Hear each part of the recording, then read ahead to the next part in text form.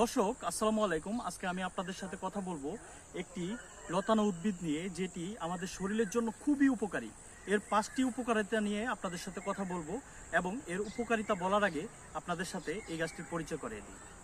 এই যে এই লতাটি দেখতে পাচ্ছেন, এটিকে জাপানির লতা বলে, কিছু কিছু জায়গায় এটিকে জার্মানির লতা বা পাকিস্তানি লতা বলেও চিনে থাকে।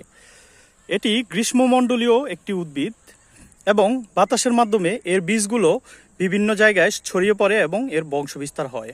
এর কাণ্ডগুলো খুব নরম হয় এবং লতানো উদ্ভিদ বিদায়ী এটি অন্য গাছের উপর অবলম্বন করে বেড়ে ওঠে। দেখুন কিভাবে ঝোপঝাড় হয়ে আছে। তো দর্শক, কথা না বাড়িয়ে আমি এর উপকারিতা নিয়ে কথা বলছি। নাম্বার 1, কারো যদি শরীরের কোনো অংশ কেটে যায়, সেক্ষেত্রে যদি এই পাতার রস শরীরের কাটা অংশে লাগানো হয়, সেক্ষেত্রে শরীরের ক্ষতস্থান ভালো হয়ে যায় এবং খুব তাড়াতাড়ি ভালো হয়ে যায়। নাম্বার 2, কাউকে যদি বিষাক্ত পোকামাকড় কামড়ে থাকে, সেক্ষেত্রে এই পাতার রস সেই ক্ষতস্থানে যদি লাগানো হয়, সেক্ষেত্রে বিষাক্ত পোকামাকড়ের বিষ সেটা পানি হয়ে যায়। নাম্বার 3, কারো যদি গ্যাস্ট্রিকের সমস্যা হয়ে থাকে এবং প্রচুর পরিমাণে গ্যাস্ট্রিক থেকে থাকে, তারা যদি এই পাতার 1 কাপ পরিমাণ রস এবং 1 চামচ পরিমাণ আখের চিনি মিশিয়ে সেটাকে খেয়ে ফেলে, সেক্ষেত্রে তাদের গ্যাসের সমস্যা দূর হয়ে যায়।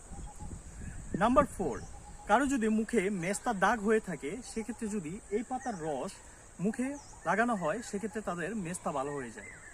নাম্বার 5, ত্বক ভালো রাখতেও এই লতাটি খুবই কার্যকরী। বিশেষ করে যাদের ত্বকের উজ্জ্বলতা কম এবং উজ্জ্বলতা নষ্ট হয়ে গেছে, তারা যদি এই পাতার রস করে এবং কাঁচা হলুদের কিছু পরিমাণ রস একসাথে মিশিয়ে সেটা পুরো শরীরে মেখে দেয়, সেক্ষেত্রে তাদের ত্বকের উজ্জ্বলতা বৃদ্ধি পায় এবং ত্বক অনেক মসৃণ হয়ে যায়। এবং হাঁস মুরগির রোগ নিরাময়েও এই পাতার রসের বিশেষ ভূমিকা রয়েছে। আপনাদের বাড়িতে পালিত যদি হাঁস মুরগি একটু অসুস্থতা বোধ করে এবং ঝিমোয়, সেক্ষেত্রে যদি আপনারা এই পাতার রস হাঁস মুরগিকে খাওয়ান, সেক্ষেত্রে তাদের অসুস্থতা ভালো হয়ে যায়।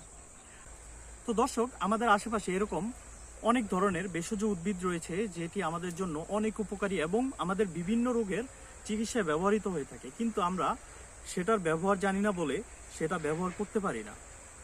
তো দর্শক, এই আগাছাগুলো আমাদের জন্য বিরক্তির কারণ হলেও এটি আমাদের জন্য খুবই উপকারী। তো কেউ এগুলোকে পুড়িয়ে দিবেন না এবং নষ্ট করবেন না।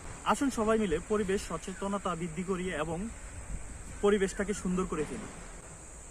আমার এই ভিডিওটা যদি আপনাদের কোনো উপকারে এসে থাকে এবং ভালো লেগে থাকে, তাহলে অবশ্যই আমার পেজটিকে ফলো দিয়ে সাথে থাকবেন এবং লাইক কমেন্ট শেয়ার করে দিবেন, যাতে অন্যরাও এই ভিডিওটা দেখে উপকৃত হতে পারে।